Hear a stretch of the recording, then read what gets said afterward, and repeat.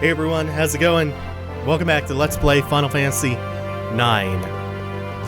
We are returning to the castle, to Lindblum Castle, should specify, to catch up with Garnet. Now that Zidane is done sitting around in the Tantalus hideout in the theater district of the town. Last we saw, she was still being cooped up. Different kingdom, same circumstance.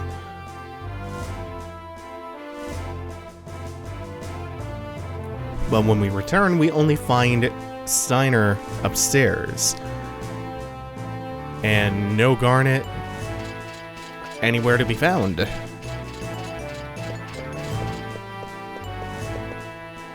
So we're going to take a look around, see what we can ascertain, and then go out looking once more. See, it's just... oh no, there is a chest up here. I don't know why, but the perspective of everything up on that balcony looks really distorted. Like squished.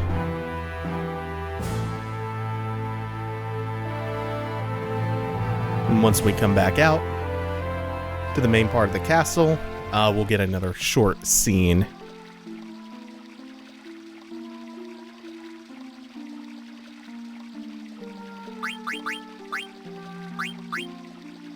Oh, we do have something better. I'm still only 39 out of 40 on Flea, but I don't care right now.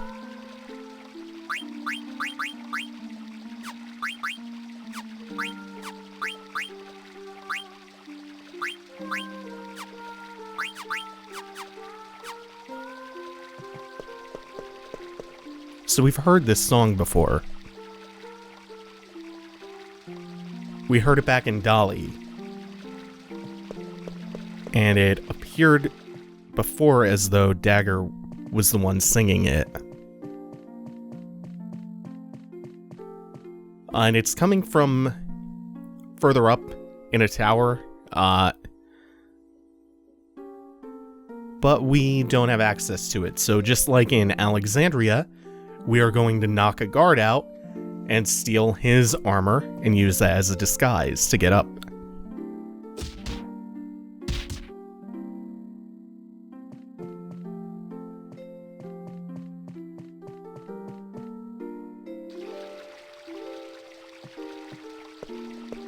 Now this dude will get out of the way so we can slip right by.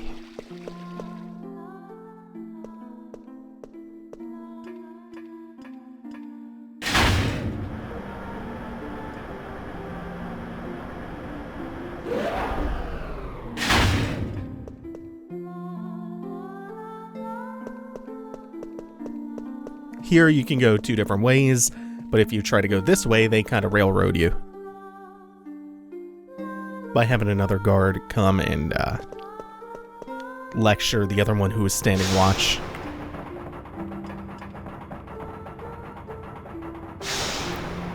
And hey, finally someone who can help us out. This guy saw a girl wander up here. And this does appear to be where the music's coming from.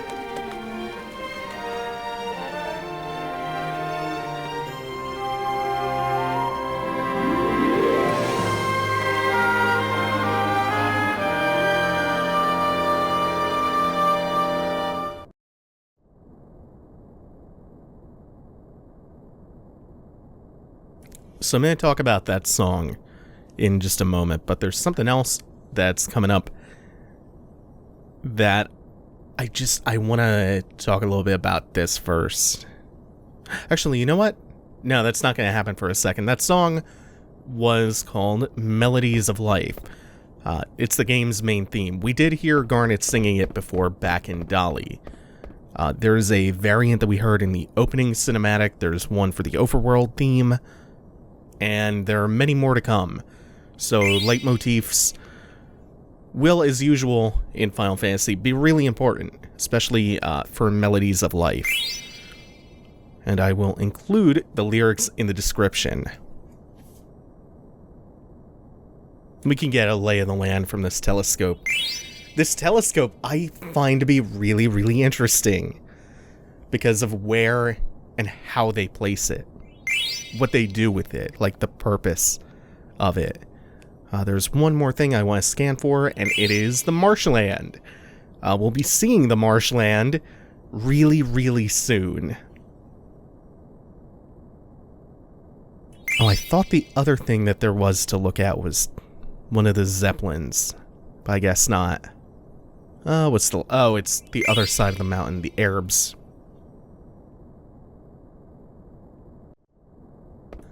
This telescope bit, I think, has a really interesting effect, just from like a game design and world building perspective.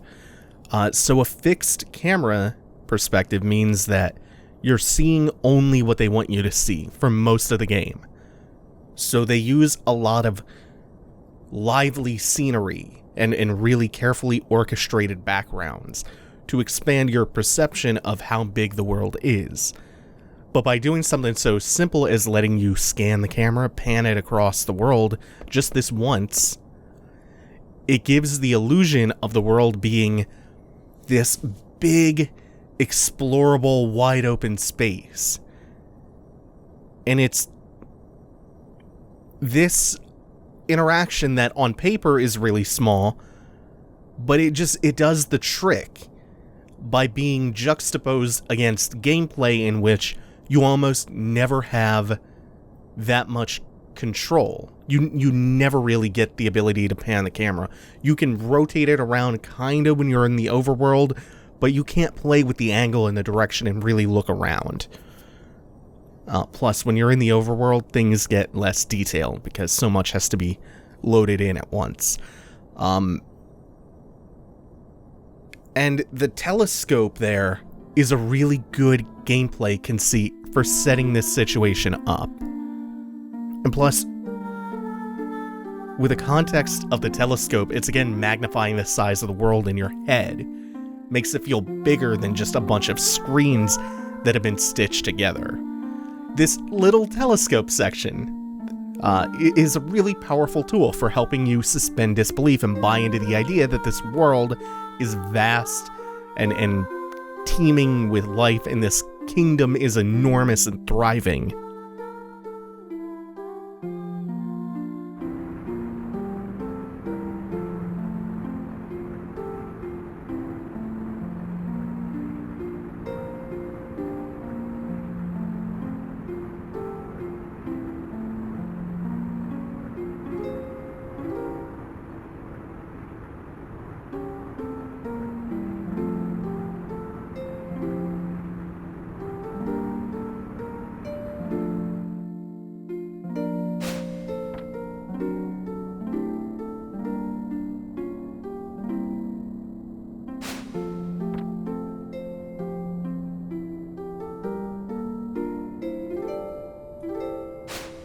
Also, notice what Freya is doing. Gives you a really good hint as to how she's gonna play.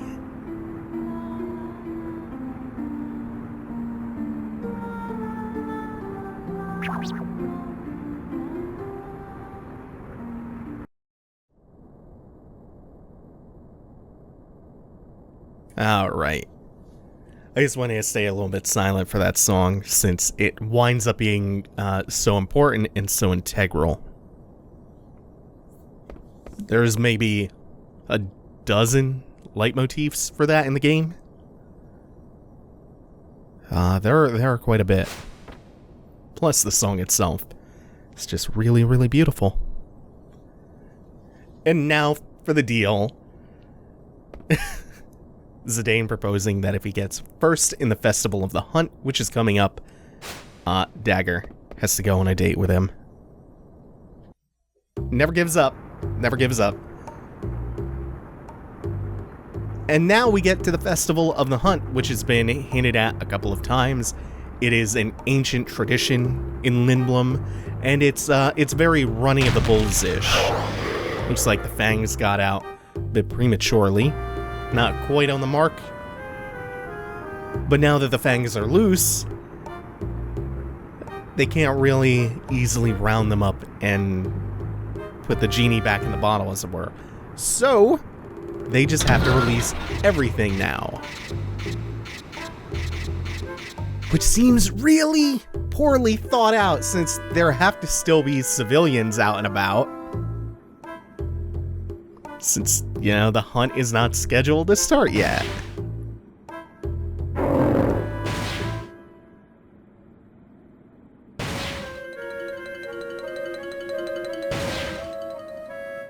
I don't know why, but for some reason this reminds me of the monster attack at the Blitzball game in FF10. It's nothing like it, but that's just, I guess it's the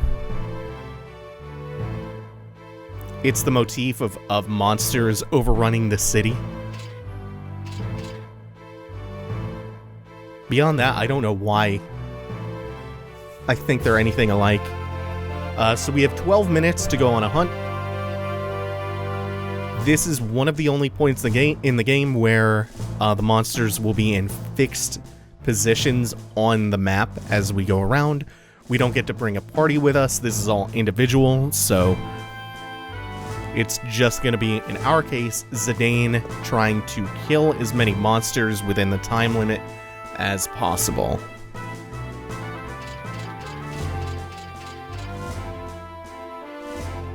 And so the main 3 participants are actually going to be Zidane, who wants just some gil, some money, Freya, who wants an add-on, and VIII, who wants a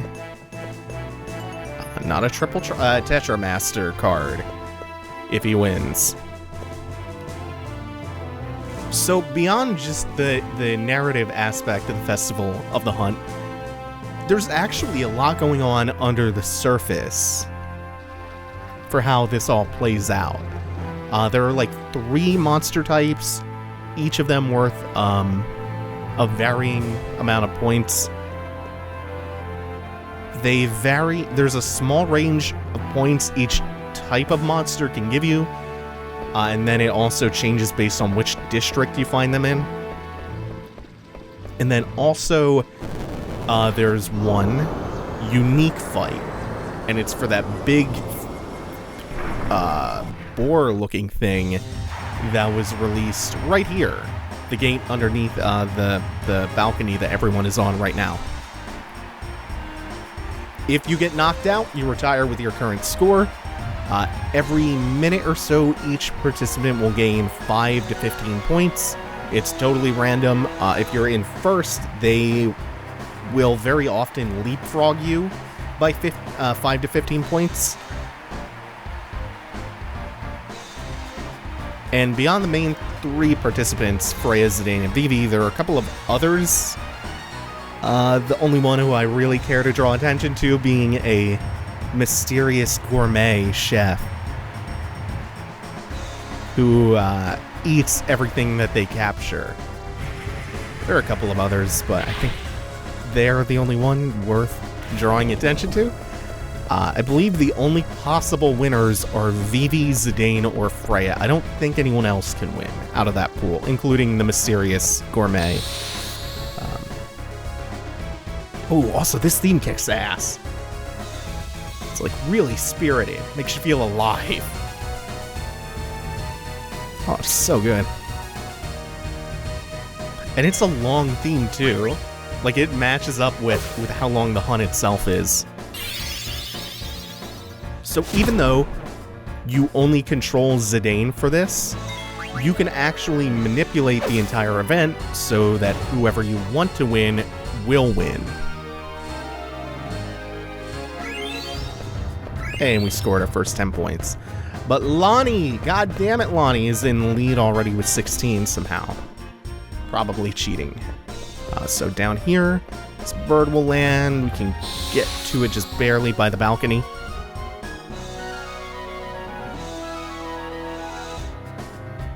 So in order for Zidane to win, this is really obvious, you just need to have the highest score, so you need to make efficient use of your time.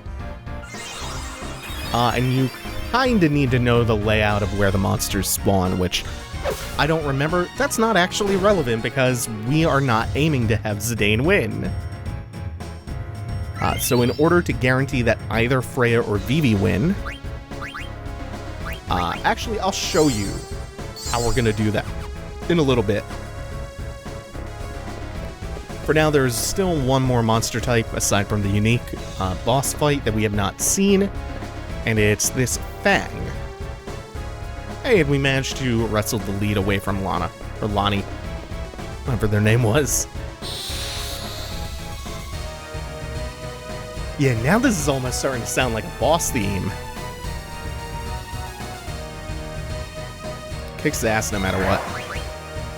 Also rocking that mithril dagger. Ooh, yes, nice strong hits. That we purchased in the Lindblum weapon shop earlier. So now we've... Oh, hey, Vivi got into the lead. Nice. So now that we've cleared out most of this district, we can move on to...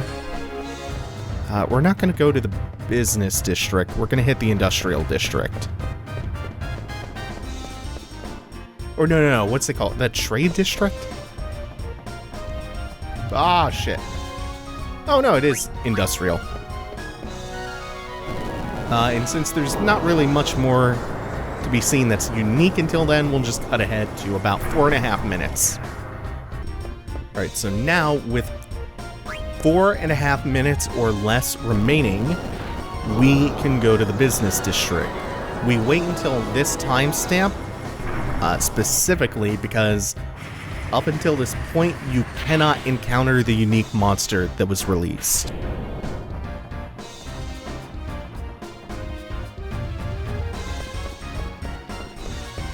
It's down here? Is this a quick way? I do not think so. So we're gonna go north. Gonna head up this screen past the pickle vendor that Steiner ran into. Past his little shop, and I think it's one more screen to the northeast here. Yeah, it's up here by the fountain. There he is. So Bunce is still out on the street, and because this monster is a unique boss fight, we also get Freya helping us out with this one. And we can finally see that she... If you couldn't tell from her movements and her hat, the ears on the hat, she is a Dragoon.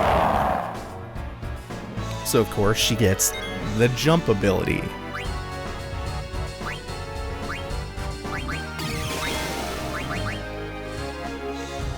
So here's how this works. This thing is worth 99 points, so it's really important if you want Zidane to win this, that you just beat him, and that's not hard to do. However, you can make Freya win the Festival of the Hunt by having the Zagnol here knock Zidane out, but beat him with Freya. That will give Freya the 99 points. You can also guarantee that Vivi will win the Festival of the Hunt if you get both Freya and Zidane knocked out in this fight. So we're going to do that so Vivi can get his card. By the way, Zidane would get 5,000 gil. Freya would get a coral ring for winning.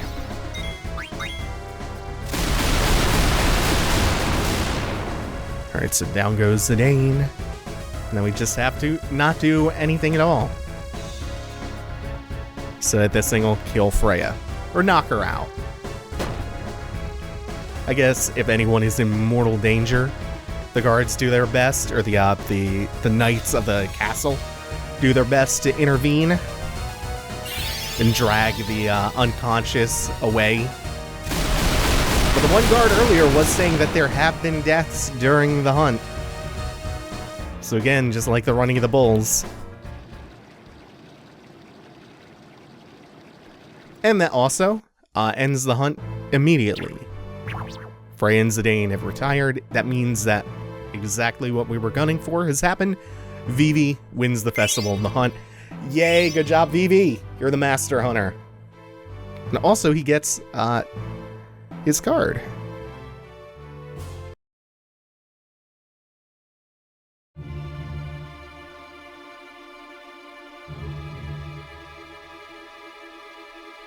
Now something pretty dire has happened.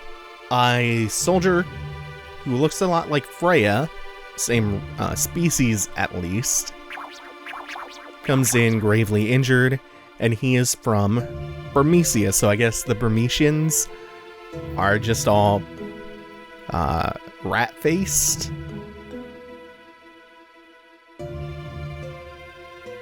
Burmecia is under attack by black mages in steepled hats.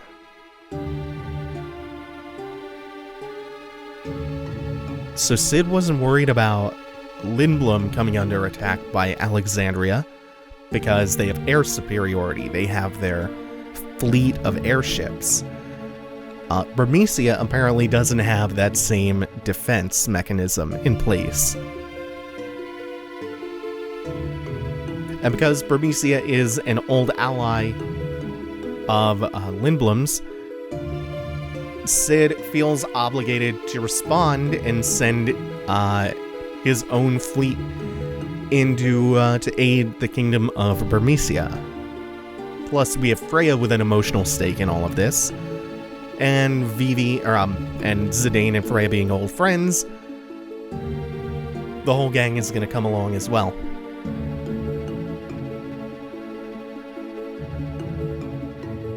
And everyone is real suspicious about these black mages. We all know that it's Alexandria knocking.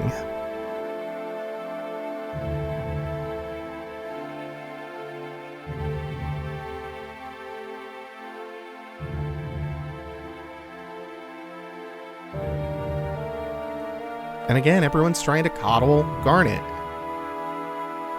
Trying to coop her up.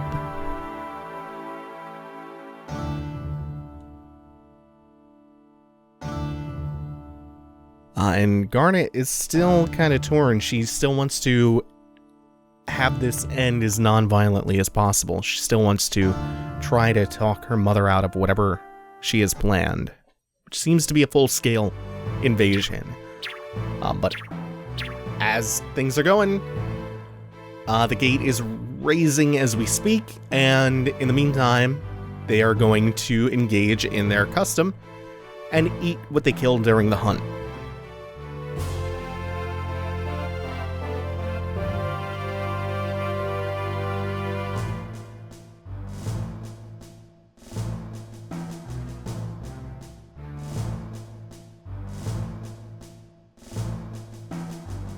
As everyone is digging in, everyone except Garnet, actually.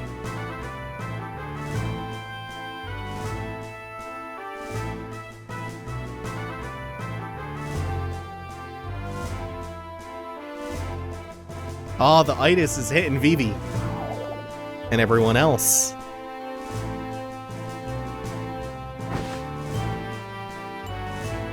Except for Steiner, because Garnet didn't put anything in his dish.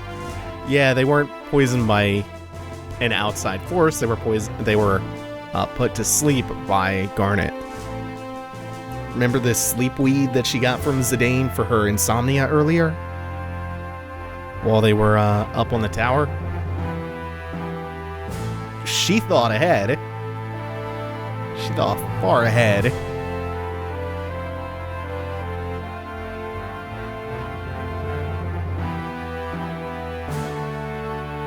So rather than go to Burmecia, she's going to go back to Alexandria and try to talk her mother out of whatever she's doing.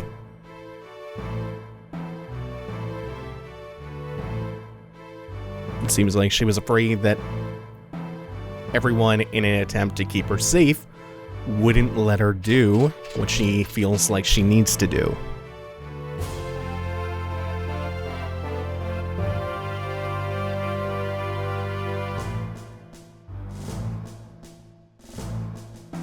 So they got had.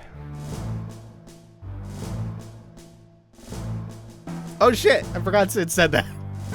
Like how it... Ah!